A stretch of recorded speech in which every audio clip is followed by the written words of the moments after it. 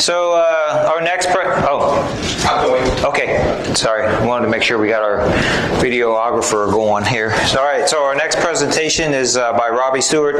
So it's his discussion of secrets. So just a quick introduction. He's a social engineering practitioner, and there are many tricks that he uses to gain access to facilities and ways that he coerces individuals into helping achieve goals along the way. He'll be talking about some of these tricks, tactics, and techniques to hopefully make life harder and your security better, right? So, because if he can get into these places just by talking his way in, that's not good. So, because then you get physical access, and as we know, if you have physical access, you have a lot more capabilities than if you're trying to do it remotely. So, like you do everything Daryl just did. Yes, you can do everything Daryl just did if you have physical access, which is, the best way to do it. So, Robbie's a consultant, security consultant for Rapid7, working on engagements that range from network, web application, mobile, electronic social engineering, physical social engineering, pen testing, and he breaks into things for a living. So let's talk about it, right? So let's give Robbie a welcome, and pass on the microphone to him. So, good to get double mic'd up.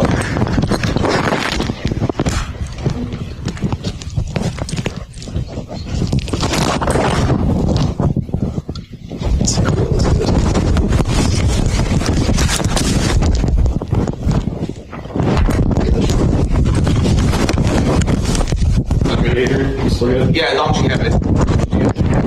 All right. One there, and one there.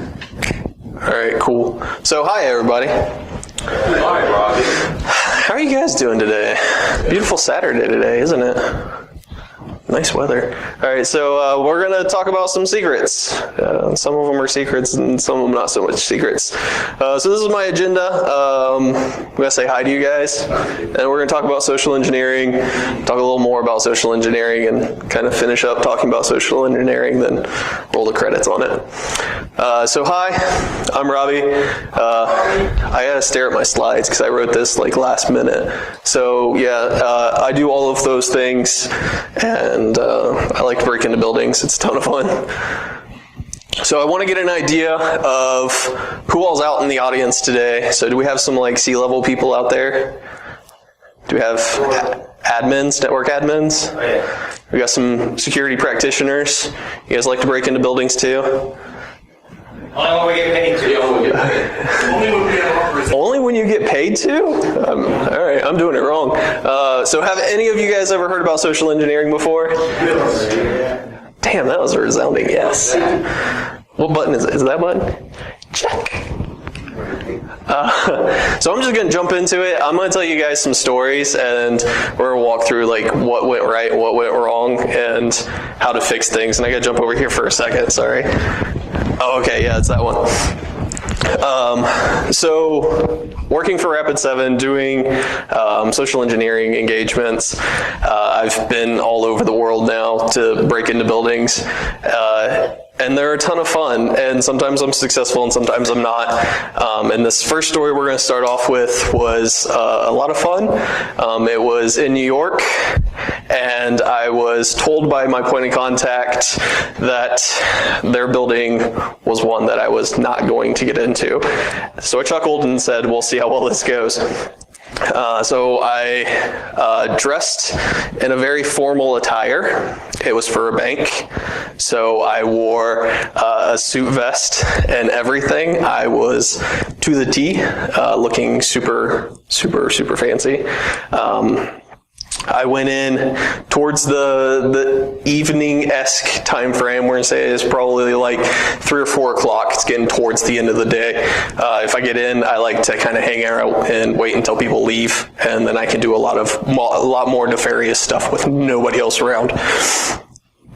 So I approached the building, and there were 2 individuals that happened to be standing outside that were smoking. So, of course, I walk right up to them. I start smoking too. And I try to go into one door, and it turns out that door's never worked for getting into the building. So I was like, oh, crud, that sucks. But they were like, oh no, the door's over that way. And I was like, okay, cool, I'll go that way. And one of the guys started to leave. So I was in between these two people. So it was one person, there was me, there's another person. We go into the building. They have a very small foyer with a bunch of elevators around, and you have to badge to walk past the security guard. I just followed right in suit and just walked right behind them. I didn't badge at all. I just stayed in between, sandwiched in between these two people, passed right past security, jump on an elevator with one of the guys, and looking for the button that I need to push to go to a certain floor and don't see it. So I'm in the wrong elevator. Okay. I'm in the wrong elevator, so I'm gonna have to pass by security again.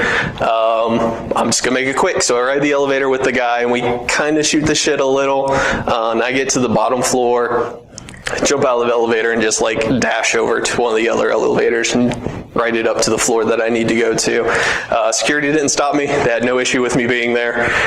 So I get off on the customer's floor, and they have a couple of them.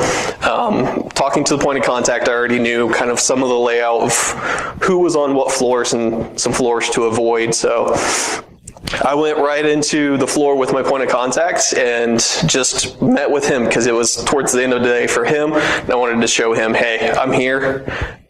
I made it in. We're going to go ahead and continue to do stuff, but I made it in. He was kind of surprised. So we talked about a little bit of the floor layout and where he really wanted me to try to get into. And then I just spent the rest of my day trying to get into the rest of the building. So the inside of their layout, they have badge access for every single door.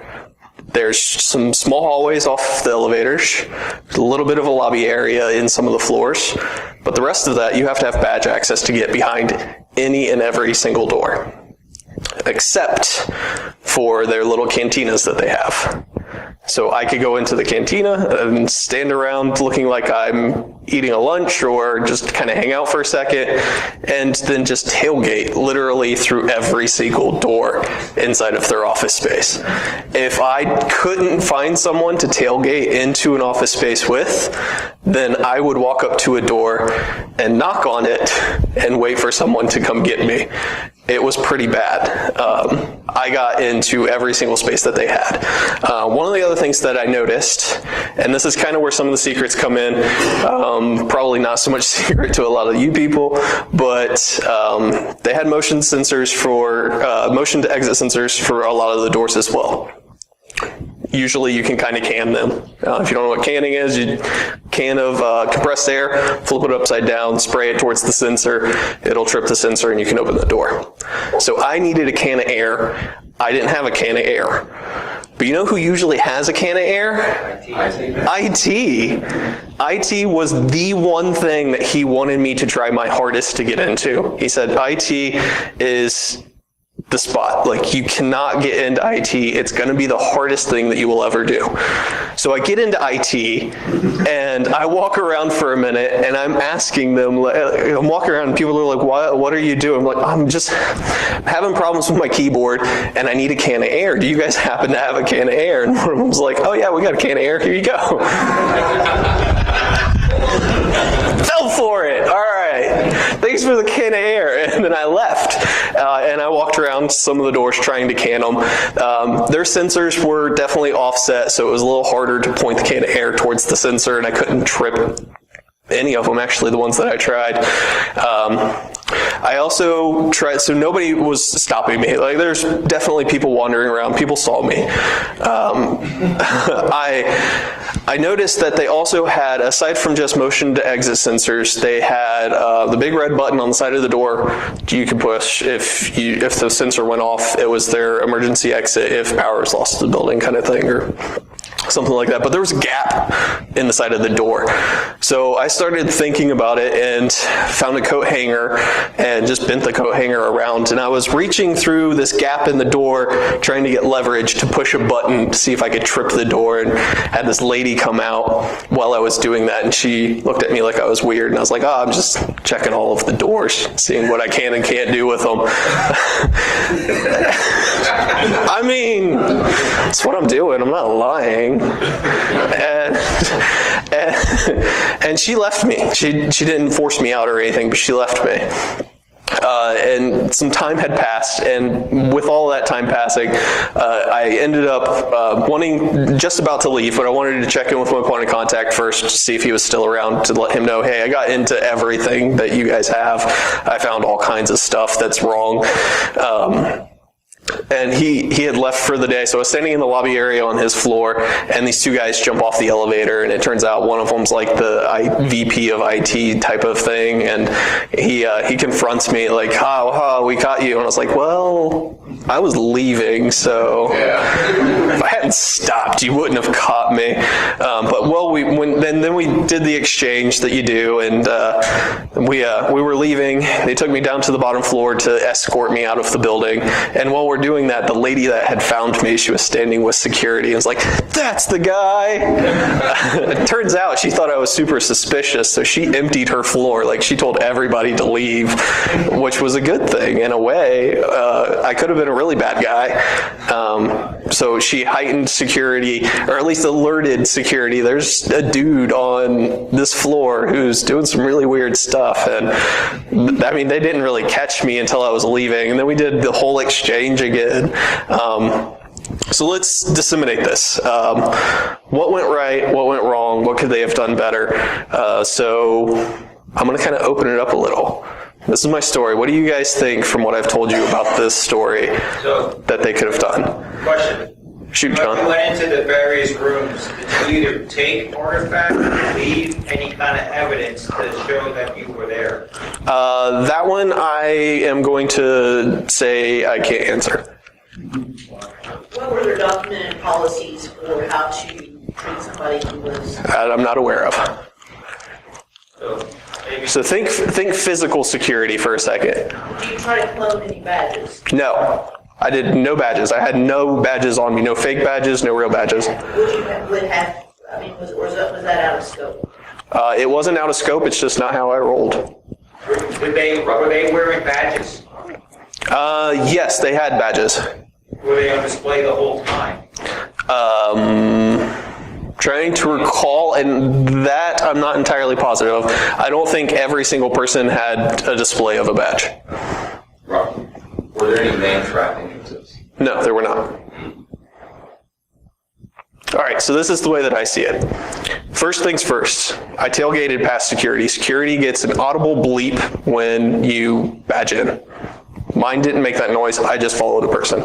Security should have stopped me. Issue 2, the elevators. Elevators didn't have badge access control. I could jump on any elevator and go to any floor that I wanted to. That's a bit of a problem. Now, the people, their culture. They were very welcoming. Because of my attire, I looked like I was important, even though people had never met me before. So if I knocked on a door and said, I need in this room, they would let me in the room without confronting me or questioning me. That was an issue. People I did interact with, again, didn't confront me, didn't question me, didn't say, I don't know who you are, I need to kind of validate who you are. And then we can move on. So that's kind of the soup and nuts of it. The things that did go right is the lady that did catch me doing something bad, she did report it. In the end, she did report it. That is good. I think she should have done a little more, in my personal opinion, but she was a small little lady, and I can understand her intent to not. Kick you in the crotch and pound your head into the door? Yeah, she should go judo on me. Wow, smash. Or maybe their policy was not to engage and just report it. It could be. So these are the things that I pointed out to them. These are ways that you might want to think about enhancing some of this stuff. Okay. Did you have any metal detectors? Are you aware of this? No, there were none. Not that I'm aware of. I meant to point out when I jumped to this as well, like, intro, the stock Rapid7 slide. There's a couple of those. So, our next story. And just a heads up, I probably won't take a whole hour, hopefully not. My stories are kind of short. So this one is one of my favorite engagements, and this one's actually really short. So, office building, somewhere in the country, non-disclosed location. perform all of my typical OSINT ahead of time. If you're not aware, OSINT, open source intelligence gathering, it's finding anything and everything you can beforehand or during or whenever you want. But I look up the building, I look up the company, I look up the people, I look up their culture. I try to get as much information about it as I can, draft up fake looking badges. So, hey, this is a badge that looks like it's legit. This was one of those engagements where things kind of just did not go my way a bit of the entire time. It's a short engagement. It's just a few days. I think it's either 2 or 3 days. And one of those days is usually allocated for report writing. So chalk it up to 1 or 2 days worth of actual work. I go on site. I'm driving from my hotel to their office space, dressed in appropriate attire and so on and so forth. I get a flat tire on my way there. So I was hoping to get there in the morning. I wanted to arrive bright and early and walk in with everybody else and just do a bunch of tailgating and see where I could get into this building. So that plan is foiled. Not going to get there in the morning bright and early like I wanted to. Instead, I spent an hour and a half changing a tire on the side of the road with whatever little tire iron came with the car that I rented. So I finally get to the office space a little afternoon, so hoping to catch a lunch crowd coming back. There's no lunch crowd. The building that the company's working out of, it's 2 stories. They own the 2nd story. Anybody going upstairs works for company. That's pretty easy. I walk into the building. There's an elevator that goes up, and there's a lady standing in front of that elevator. Cool. I'll just follow this lady. If they need badges, use the elevator. She'll take care of me. I stand next to her while we're waiting for the 2 seconds for the elevator to come down. Hi, how's your day going? She kind of looks me up and down and goes, nope, and walks over and takes the stairs. Well, that's a little odd. I don't think I smell that bad. So I jump on the elevator and ride it up. Get off the elevator, and their office space is tiny little area outside of the elevator where the stairs come up. Very small. There's a hallway that leads one way, a hallway that leads another way. Again, all doors require badges. And when I get off the elevator, I wanted to make a dash into the restroom and just kind of hang out for a minute and gain my composure. When I go into the restroom, I see the lady down the hallway standing in front of another doorway talking to someone, and she goes, oh, that's the guy. Oh, God, that doesn't sound good at all either. So I hang out in the restroom. I'm washing my hands, about to leave. This other guy's washing his hands, about to leave. Try to strike up a conversation. Hey, man, how's it going? Day's been a rough day. I had a flat tire and all that junk. And the dude does not engage me at all. Absolutely not 1 second is paid attention to me. When he's done washing his hands, he steps back away from the sink and just stands there and waits for me to leave first. So these people are on point. They are watching out for anyone who they do not recognize. Smaller company, everybody seems to know everybody. Okay, so I'm hanging out in front of one of the doors, right beside it, playing on my phone, checking my emails, happen to catch a door as it was starting to shut, because the one lady didn't pull or push the door shut behind her, unlike everybody else who made sure that it shut behind them. I go into the office space. I walk around for about 5 seconds is the video that I have of me walking in one loop and then back out, because there was nowhere to sit down. Every single cube was filled. No conference rooms. Oh, crap. I can't do anything here. I call my point of contact. We talk about it. He's like, I want you to try to get in one more time. And as we're talking, the manager of IT, I believe, comes out and she starts talking to me. Who are you? Are you here to see someone? I give her a name of a person I know is not in that building and how we're supposed to be meeting in this building. She's like, oh, okay, all right, and goes back into her little space. And then comes back out about 5 minutes later and confronts me again, like, I'm sorry, man, that guy doesn't work in this building. I don't think he's coming to meet you, so you gotta go. And I was talking to my point of contact, and we're like, all right, let's just let her know. And I let her know, and when I let her know, she let me know an email had gone out. When I first got to the building, there's this strange guy walking around the building that looks like XYZ. Do not engage him. Man, these people are on point. So we do the debrief call afterwards, and I come to find out that what this organization in this location had gone through before I got there. They went through some active shooter training. And they were all very aware of the possibility of someone coming in and how to handle someone coming in. Ooh, I forgot. I did get back into the back space one time. After talking to my point of contact, there was a gentleman and a couple of ladies that happened to go through a door, and I followed them in. 2 steps into the door, the gentleman stops me. We're gonna go talk out in this office space, and he looks like he's ready to punch me in the face. So I let him know right off the bat, like, hey man, you're supposed to be doing this stuff.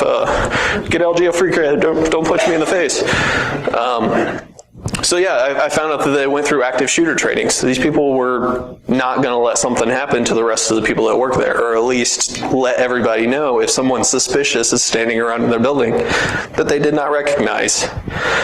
So this was a little harder to tear apart what went right or what went wrong, especially which standpoint you look at it from. So what went right? Nobody engaged me. Not a single person would really interact with me, except for the lady who wanted to like validate who I was and why I was there. So everything else just went wrong for me.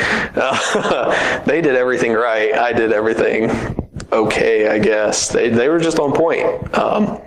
So that's story number 2. What was their business space? What do you mean?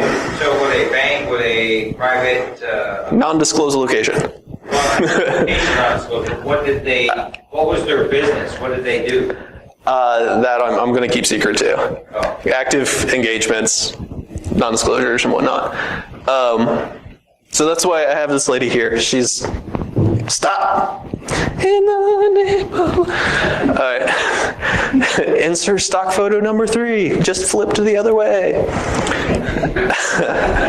You worked on these slides pretty hard. Didn't you? I did, man. I beat myself up on these ones.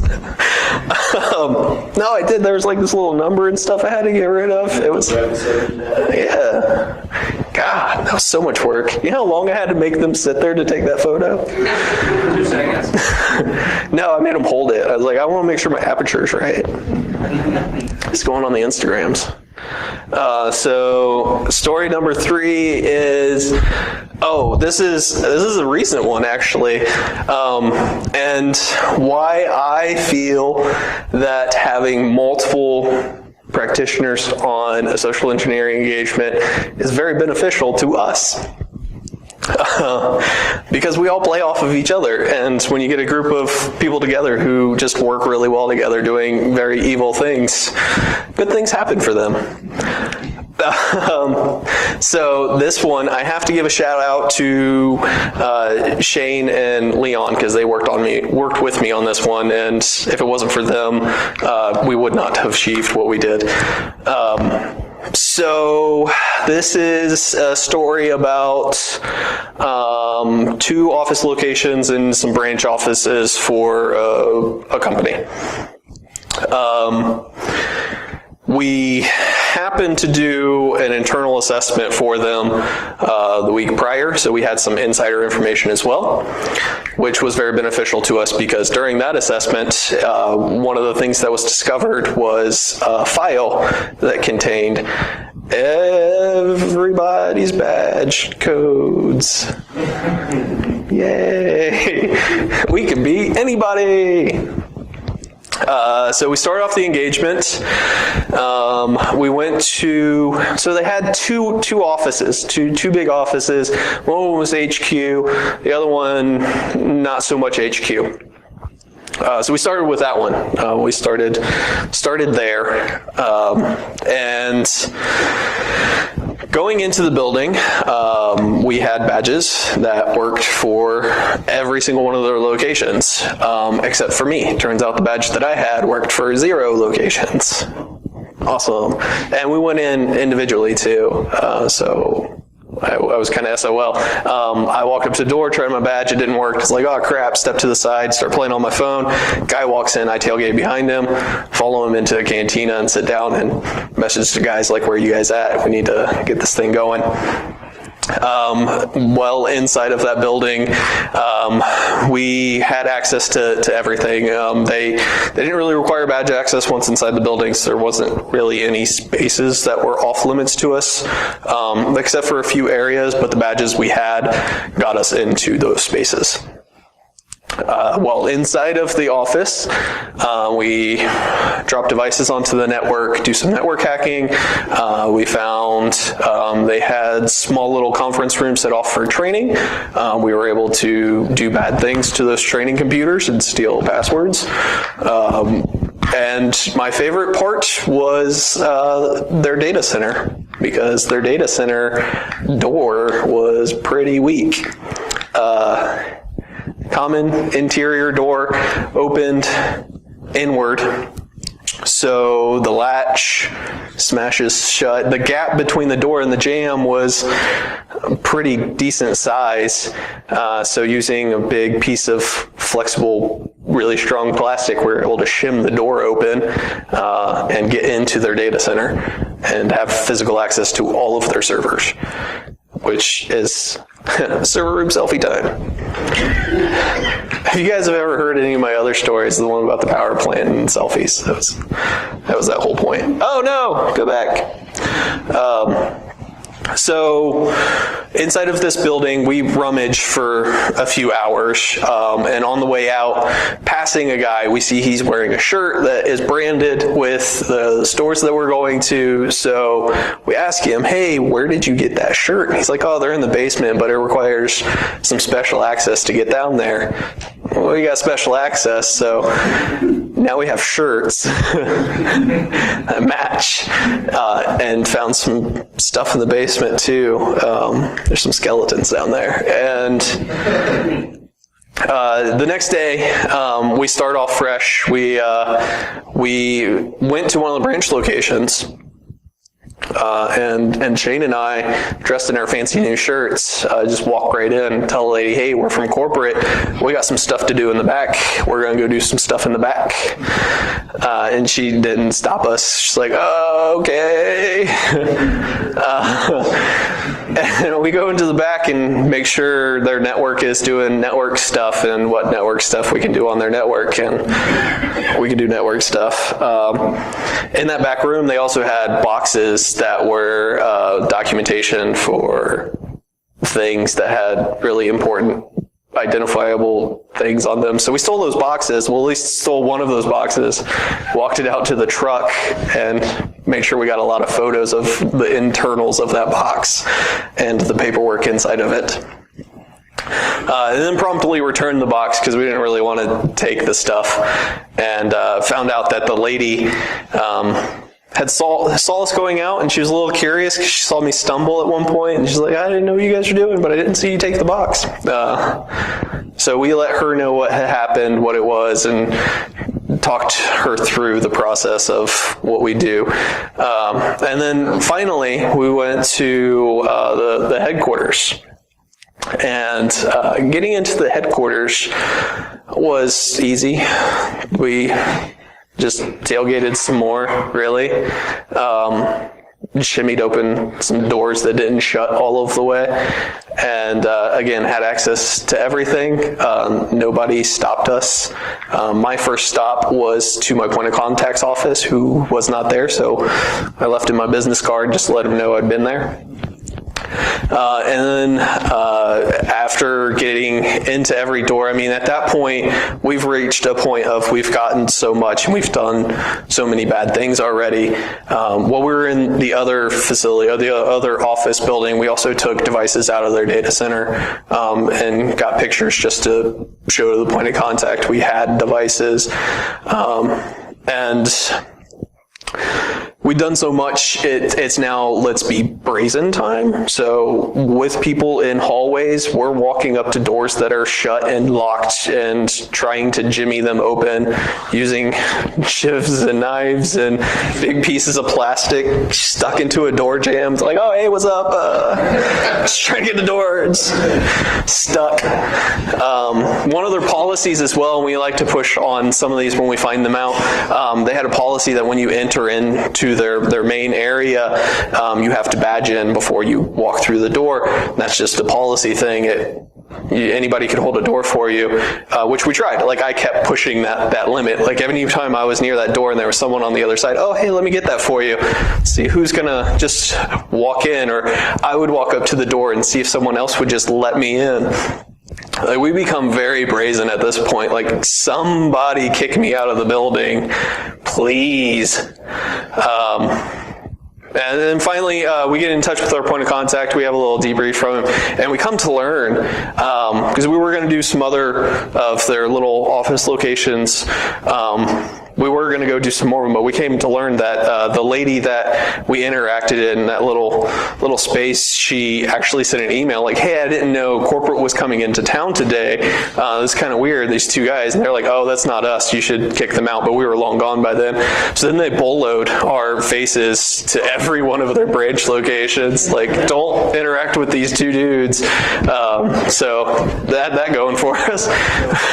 We apparently really made the physical security chief guy very upset about that. But yeah, so let's talk about that one. Curiosity question. During brazen time, have you ever said, hey, I'm having trouble getting into this area. Is there somebody who can help get me in there? No, actually, I usually stand in front of that door and see if I can break a way into it. Like, I let people walk past me while I'm on my knees with a shim trying to pick open a door or something. I've done that at other engagements and had people come up to me, hey, do you need help with something? I just told them, like, I'm literally with lock picks in a door in an open space with a lot of people around. Just look at, oh no, I'm just checking the locks. Oh, I got it, thanks. So yeah, I become very brazen at times. Like, now is the time that you need to be kicking me out 100%. If it wasn't when I first walked in the door, it's now when I'm like walking around with like boxes of stuff. Like, you've never seen me before, but I have a box full of things that I'm leaving with. You need to be stopping me. This is bad. So yeah, that engagement, not the lock picking, but the office spaces. What went right? What went wrong? What could they have done better? It was a little hard because there's 3 locations that we talked about. Overly enforced policy. Did you say the policy was must manage? Yeah. And you said it wasn't being enforced. Yeah, there was a fair number of people who would say, no, I got a badge, but there was definitely a handful of people that just, oh, cool, thanks, or come on in. It's sort of the opposite of your previous example where it's just an outright lack of training. People don't know what to look out for. Yeah. You've got physical controls too that will be addressed. Oh, definitely. The door should be able to. Yeah, any door that we came across that we couldn't badge into because there was like a tier higher than what we could, but only 1 tier higher, we could basically shim it open. Either shim it or using a shove it tool. Just pick the door open with that. Throughout like all your stories, it's people leaving you alone. Like, you know, you turn your head for 2 seconds and somebody just walk away. That's it. Yeah, that's a big part of it. You mentioned that you just dropped devices on their network too, so they know like port security. Yep, no NAT control. Yep, that was definitely a thing. So one of the first building we went into, we were also in their training room. Their training room, they didn't do any disk level encryption, so we pulled hashes and had domain admin creds off of those. which is pretty bad. What was their, they need to keep that their auth, or was it just user? Just user auth, yeah. It was domain auth, so.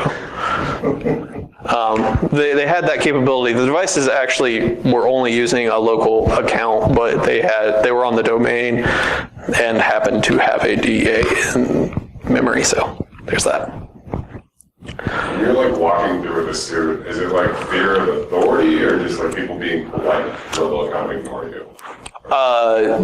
I talked to my point of contact on that one with the suit in New York. He said it was a bit of a fear of authority because only the top C-level people were dressed that high end. Everybody else was just a button up and tucked in. So it was a bit of a fear of authority. I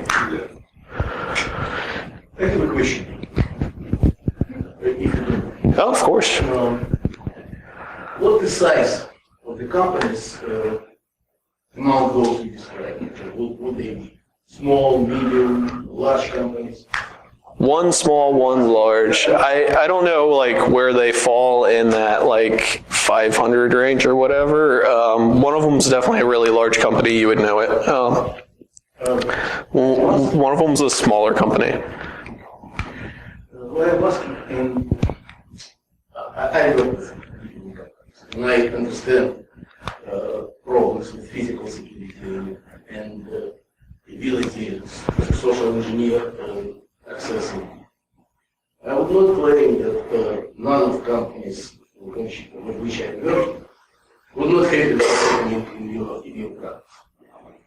But to me it seems like very strange how effectively they are operating. I remember it doesn't apply to companies anymore. I mean, I'm not saying you, but it's very, very unusual. Yeah, it's a lot rare. I also noticed that you mentioned in your story it was a bank, right? Maybe.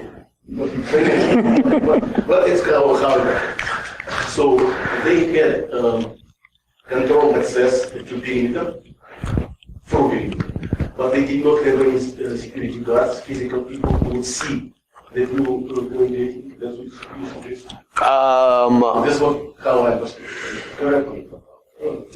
Maybe. It depends on what you're talking about.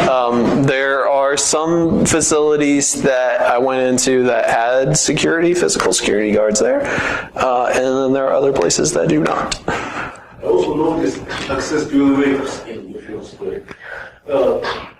If they have normal control access, average run company with a control access to elevators and multiple floors, they will walk, and if people should have access to certain floor, of course, their system control, their pages will allow them. They need access to elevator in general and actually to certain floors as well. Didn't apply to your case.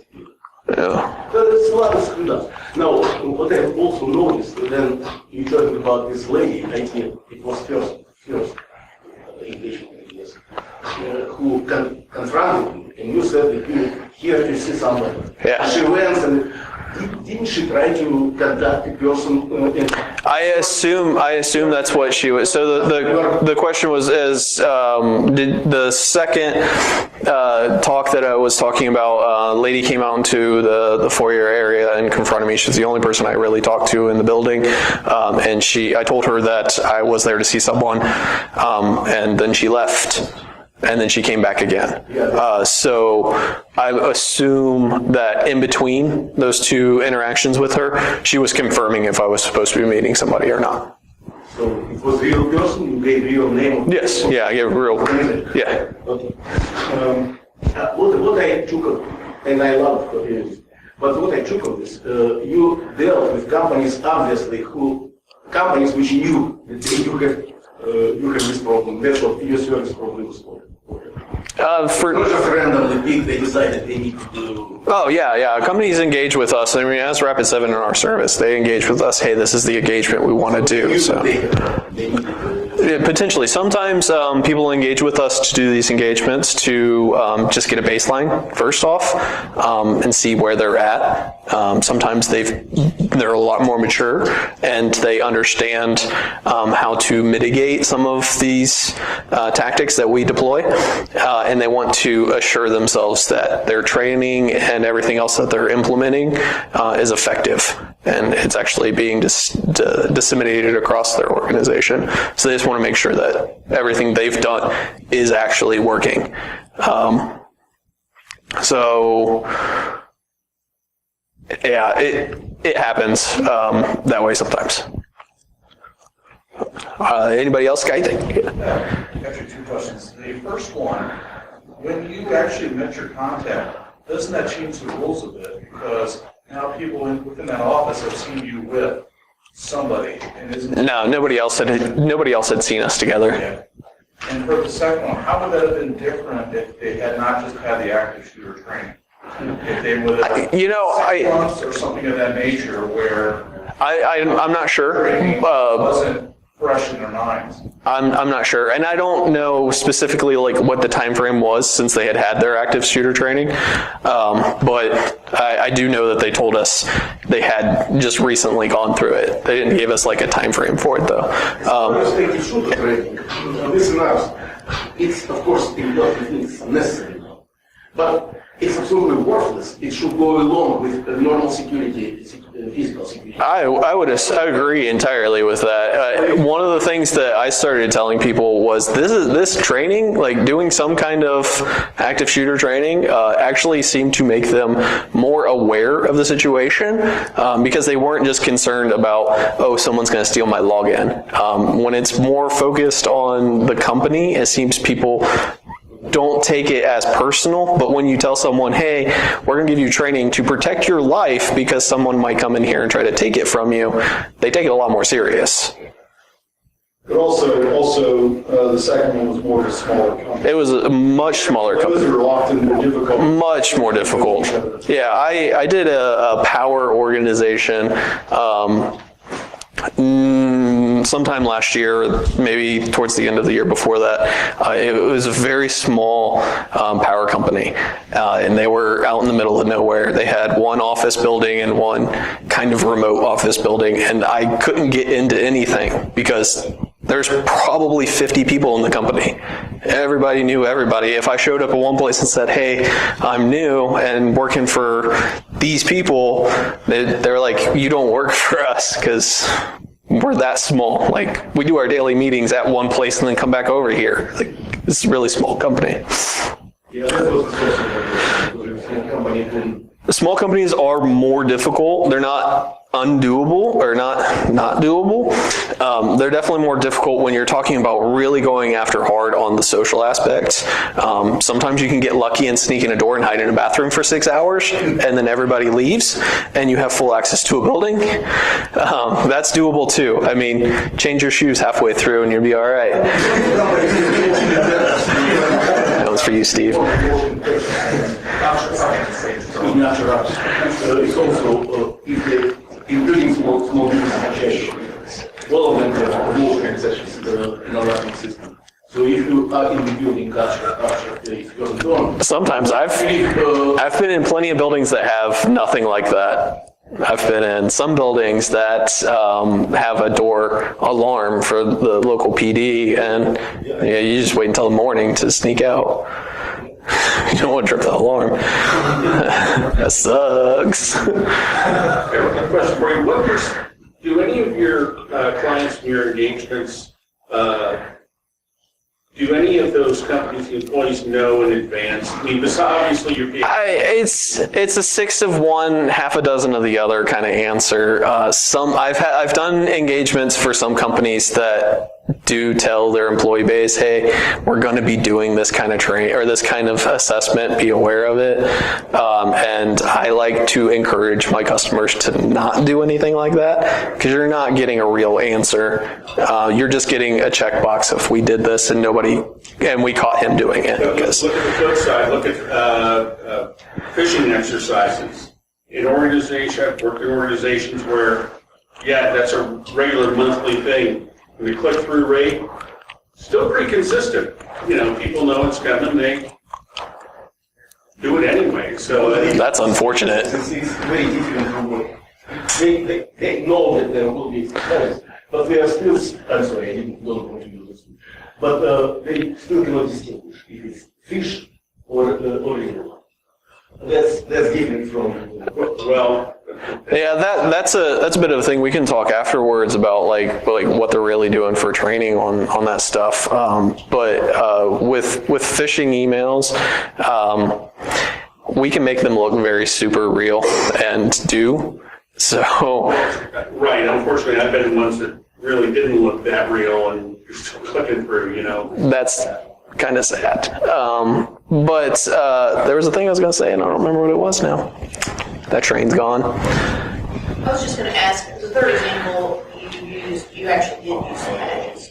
So They use badges. I didn't try to clone it. you had. Oh, third, yeah. Yeah, third example. And it's kind of a moot point since you can sit there and mess with logs out in the open and nobody can say anything. But I'm just thinking about, like, if you hadn't had those badges, would that have changed the dynamic any? Probably, it would have made it slightly more difficult for us. We still would have gained access. Yes. We proven by the fact that I could tailgate. The likelihood of that happening seems to be pretty high. They were low frequency badges, and we could just clone them, bump it into people if we wanted to go that route as well. Once we're inside, the likelihood of us finding the document that had all of the badges in it is still pretty high. So. Just a question about the companies that you interviewed. Did they have visitation, like policies for visitors and people that come in? Did that even exist? I don't know. We don't get into those weeds. They say, here's a building, go break into it. And I say, aye, Captain. Or, I'm already in. No, I got another short story if you guys want to hear another one. I think we got about 5 minutes. Sound about right? I can do 5 minutes. This one, I thought about talking about this one and then held off on it because I don't like to give away too many secrets on things. My favorite bit of these kind of engagements is when we are able to do them kind of back to back. Not quite full red team have access to anything, but when we kind of do one engagement and then the other, kind of stack them. And mainly when I can do a fish before a physical, because if I can do a fish before a physical, then my chances of the physical going right are much higher because I can place myself inside of areas. So I was doing a physical for someone outside of the country, and they had roots here. This happened to have something over there, and I was doing a thing over there, and they wanted me to get into their data center as well as this small office. I might have told a lot of you people this story already, so if just close your ears for a second. So phishing engagement kicks off. I thought long and hard, all of about 2 minutes of how I was going to go about doing this whole arc, and decided I'm going to cause as much havoc with a phishing email as I can so I can show up on site and say, hi, I'm with Rapid7 Incident Response. I need access to everything to fix what happened last week. That sounds like a great idea to me. I got the branding, I got everything, I got the business cards already. Like, this is going to play out nicely. But it turned out one of the VPs of some portion of an organization for them was in my phishing targets, and he got very upset about what I did because I did a lot of bad stuff. I made a lot of noise. And he wasn't too happy about it. And that kind of put a damper on the physical stuff because I was on site, and they kind of started like restricting when and what I could do. Data center was now off the table, and it came down to like the 11th hour for the physical. They're like, all right, you can go on site. You can't do like, here's some handcuffs and good luck. Like, cool. I got like 5 hours before my flight leaves to go back to the States. I'm gonna go buy some baguettes. And I went and bought a bunch of pastries and walked up to the door, gonna try, like, I was just, this here is just a roll of ball, see if this sticks. And had a box of pastries. I tried to tailgate behind a guy, like catch him as he was walking, but he went just a little too fast for me. So I was standing with a box of pastries in front of this call box, looking to push a button and trying to decide if I was going to or not. And this other gentleman walks up, it's like, oh, hey, you're going to company? I was like, yeah, I got donuts. Someone ordered donuts. He's like, oh, cool, come on in. So I got inside the building, and then we walked around the hallways, and I walked past their door intentionally, and he was like, no, dude, it's over here. I was probably more like, no, dude, over here. It was a horrible accent. He badges me into their office space, and I walk in, and he's like, do you know where you're going? I was like, yeah, I know where I'm going. I'm going right over here. This looks like a break room. I went into their break room, threw the donuts onto the table, hid in a conference room, did all of my point of contact stuff, and they were like sending emails internally, like, I still got in, whatever, man. But I had very limited time, so I threw my business card on my point of contact's desk because it's like my calling card. You know, I made it in. And then stood around for several hours trying to just talk to these people about getting in touch with my point of contact, because I happened to let it slip that I was looking for his desk. And so they're talking to them for several hours without anybody kicking me out, until one guy happened to reach out to the point of contact, like, he's not gonna, this isn't real, you need to leave. And I was like, all right, cool, can I have your coffee mug? And they're like, yeah, you can have a coffee mug. So I got their coffee mug. So that's kind of the super nuts of it. There's a lot that was wrong with that one, but that's a mess, so we're not really gonna break that one apart. Yeah, I caught my flight. I made it. I'm here. Safe and sound. All of me's here. So with that, it's been a pleasure. I appreciate you guys listening to my really silly stories about breaking into things and stealing people's stuff.